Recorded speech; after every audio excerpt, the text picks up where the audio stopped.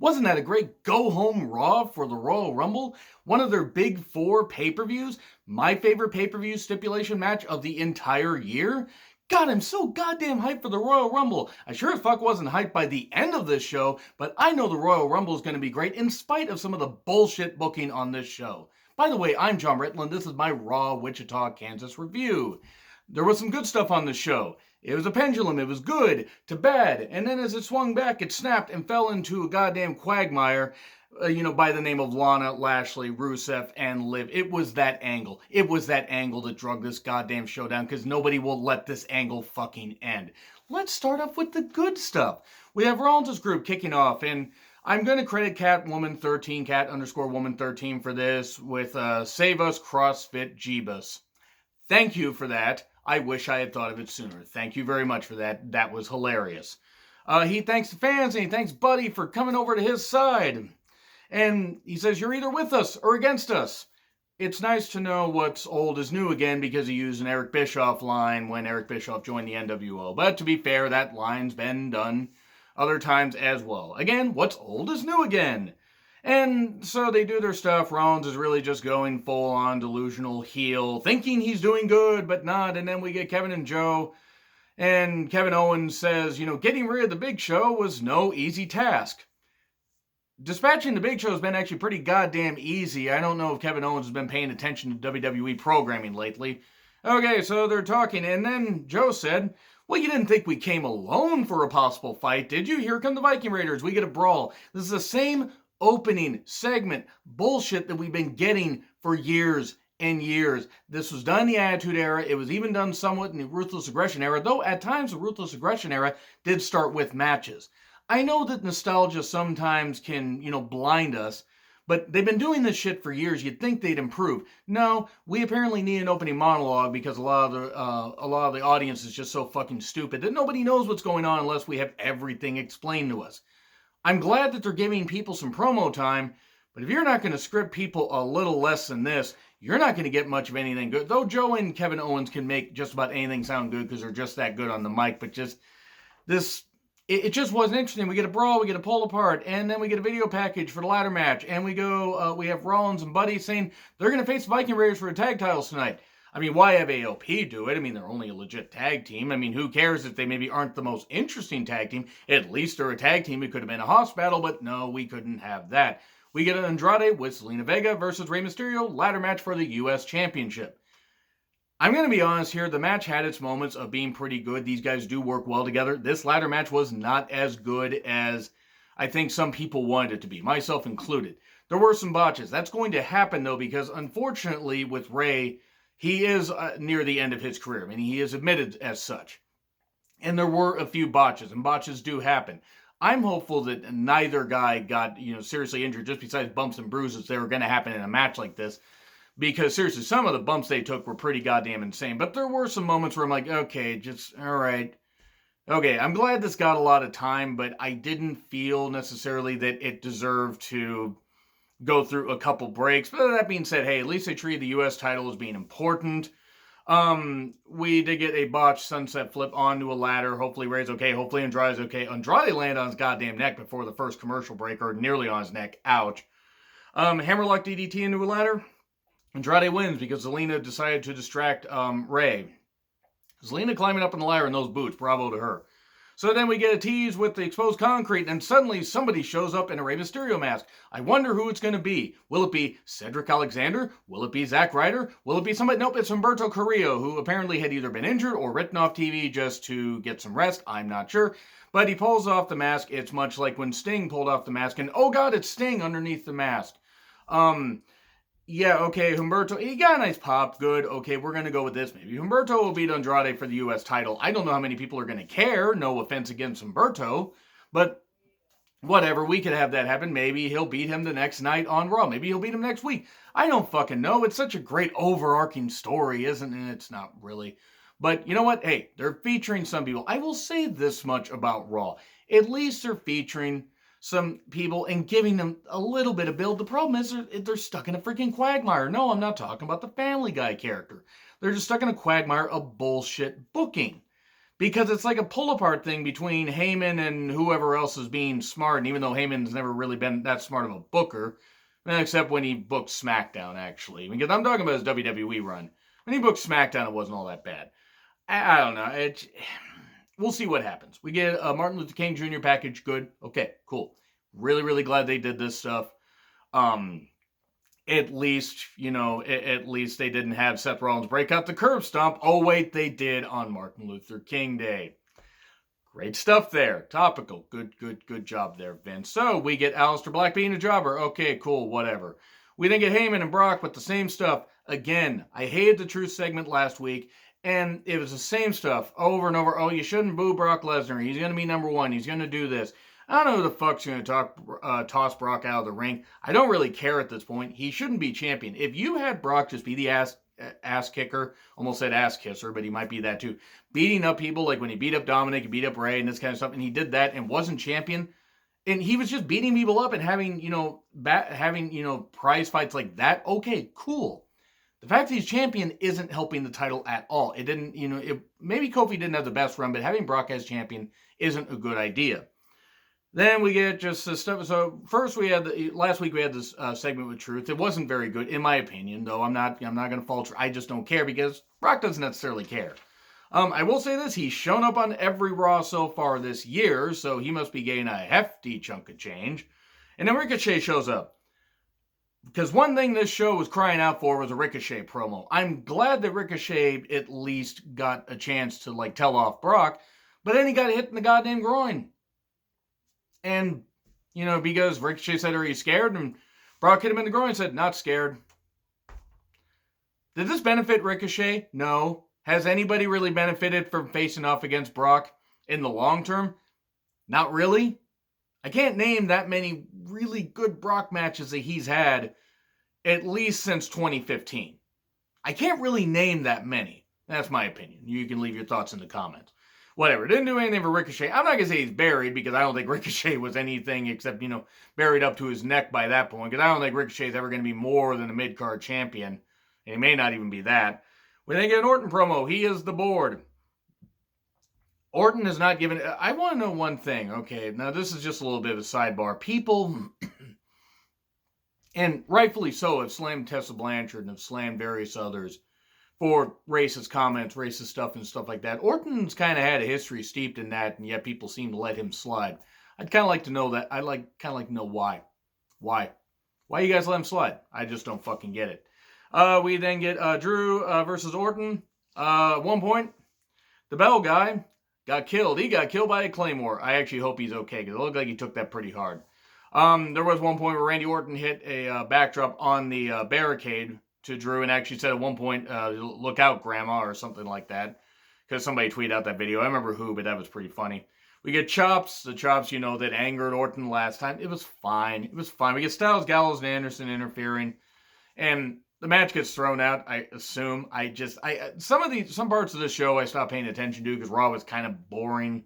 We get an RKO to Drew, and then Drew says, well, he will come at and all over Orton at the Rumble. May have misinterpreted that, but you know what? Whatever. I'm just going to roll with it. We then get a Charlotte promo. When Charlotte's not motivated, she really just phones in a lot of these promos. I mean, and when she does, she can actually cut some pretty good promos when she wants to. But whatever. Then Becky shows up. It's like, hey, maybe Charlotte will win the Rumble. Please, no. We don't need Charlotte and Becky again. Becky, the man has come around. And sorry to all my Irish friends. All two of you that are watching this. I'm sorry. She knocks Asuka for not doing anything after beating her at the Rumble, saying, I made a Mania and you went home to make soup. You're knocking Asuka's YouTube channel, Becky. Please don't do that. But then we get Becky versus Kyrie. This is a good match. Hey, at least the women got a match. Yay. I mean, this was the one women's match that they had. They had a good battle at one point. They were battling outside. Kyrie chop blocks Becky's leg when she's distracted by Asuka. Then the referee's distracted, so Asuka does a chop block. We come back from break. Asuka's sitting on the post. I don't know why. She's the Empress. What the hell? I don't know. But it was cool. She was just shouting at Kyrie, doing all this stuff, not told to get off the post. They have a good match, and eventually disarm her. That taps Kyrie, and then Asuka attacks, beats her up. logic dictates that means Becky's going to win. I'm going to do my Rumble predictions. Myself and Durbinator will do our Rumble predictions on Friday after SmackDown. Maybe audio form. I don't know. Maybe video form. We'll see. But okay, good. It was good stuff. We had another Rocky Johnson video package. That was good. I mean, the same one I believe we saw last week, but that was good. Good stuff. Very good to honor the man. R.I.P. Rocky Johnson. Asuka and Kyrie yell at Sarah after Sarah says, you use toxins as an advantage. It was a weird line, and Sarah actually seems intelligent, so I don't know why they gave her that. We then get the Viking Raiders with Joe and Owens versus Rollins and Buddy. With AOP, it's Raw Tag Team Championship match. It takes maybe a minute before all these guys start brawling. All 6 superstars are brawling, says Vic Joseph. Vic has clearly checked out or doesn't know math because there were 8 people brawling. And then we go to break, and then we come back, and the other 4 guys that were there for no reason except to back up their friends got kicked out again. So that's 2 brawls with all those guys in one night. The match was fine. The match actually had its moments. This is why it was stupid. This is like the second year in a row we've had Rollins. No, this is like the 3rd time in about, 2 years, actually, that we've had Rollins win tag team championships with somebody that's an unlikely partner. There's a curb stomp onto Rowe. That's what his name is. They're Hanson and Rowe. They're not these stupid Viking names. Whoever came up with that is a fucking idiot. But anyway, Buddy covers for the win. Why do you even have Raw tag titles if you're going to just give them to, makeshift tag teams? That is not how tag team wrestling should work. I mean, I'm not saying you can't put makeshift tag teams together and tell a good story, but the Viking Raiders had a shit reign. Gallows and Anderson had a shit. Everybody had a goddamn shit reign with these championships. Hawkins and Ryder, the Revival, so many teams have had such shit reigns with these titles. You might as well drop them. Somebody suggested, and I'm not, Jeremy, I think it was you, Jeremy8911, that Joe and Owens would beat Rollins and Buddy, and then AOP would beat Joe and Owens, and then the Street Profits would beat AOP at Mania. Your idea of the Street Profits winning isn't a bad thing at all, Jeremy. I just want to say as much. I don't like hot potato, and I think you know that. I can see WWE totally doing that, but they've already devalued the titles. Remember what Medusa did to the tag team or the women's championship, on Nitro in December of 1995 when she dropped it in the trash? That's what they did to the tag titles here. Any decision they could have made, they could have had AOP do this. They could have had AOP win. No, they didn't want to do that. That would have made too much sense, evidently. Because Rollins and Buddy are going to be in the Rumble, apparently, or at least Rollins is. I'm not sure if Buddy is. I just don't get it. And then we get the worst segment of the night until the main event. We get the Monday after the weekend update with the Street Profits and this SNL shit again. Look, if you're not going to have the Street Profits wrestle, just fucking send them home and just until you have something, come up with something for them. Because it's not that they can't be entertaining. This wasn't it. This was not it at all. This was stupid. This was really stupid. I mean, maybe I'm just old. I don't know. This was dumb. This was really goddamn dumb. Like, one of the worst things on the show. Truth was apparently in Houston saying more unfunny shit. And Truth can be entertaining. This wasn't it. This was a bad segment. Speaking of bad segments, here's Rowan. So you get rid of Harper and you keep Rowan. Rowan may be a nice guy. I don't give a shit. Rowan's goddamn useless. He takes on Matt Hardy. We got the cage thing still. Matt Hardy wants to leave. Matt Hardy's probably going to end up being the leader of the Dark Order in AEW, which is such a horrible use of his character, but whatever. Doesn't matter at this point. He's old enough and he can do what he wants. Rowan got bit by the thing in the cage. And then he slams the cage a few times. Whoever came up with this idea is an idiot, I just want to say, because it's not benefiting anybody. No one cares what's in the cage. Do you care what's in the cage? Really, I would love to know. People in the comments, please let me know if you care what's in the cage. I would love to know that. Matt lost. Matt is upset about losing. He even posted on Twitter. I don't blame him. I mean, maybe he'll take Jeff with him. Who knows? Maybe Jeff can get revitalized in AEW and realize the A doesn't stand for the A he typically drinks. Bit harsh, but seriously, Jeff, get your life in order, man. Matt lost. He's going to go to AEW. We then get Owens and Joe saying they're going to be in the Rumble. It sounded like a copier was going off in the background, or a Xerox machine or something, or some form of like printing. It was ridiculous. We then get Mojo getting interviewed, and he beats up the Sings. Okay. I don't know why they insist on Mojo being here. I also don't know why they insist on 24/7 Championship still existing. I just don't get it. Here is what drug the goddamn show down to the Earth's core. Let's make Lana talk. Let's make us all wish that, that Sable was still around, because Sable on the mic is a lot better than Lana is now. Now, I say. Because Lana, at one point at least, was kind of an interesting character. She also was kept out of the goddamn ring because it was atrocious when she got in the ring. I credit her for trying to get in there, but she was terrible when she got in there. She was worse when she faced off against Naomi 3 different times and lost. And then they got her out of the ring because they realized, oh wait, she fucking sucks. She's like Eva Marie, who never belonged in wrestling either. Look, Lana needs to know her place, and her place is not on camera. Just put her backstage, put her doing something. I don't know. Have her go off TV for at least 6 months. Oh, but they're not going to do that. You know why they're not going to do that? Because everybody, after listening to this promo that basically took every brain cell left in the crowd, let's just put Rusev and Liv against Lashley and Lana.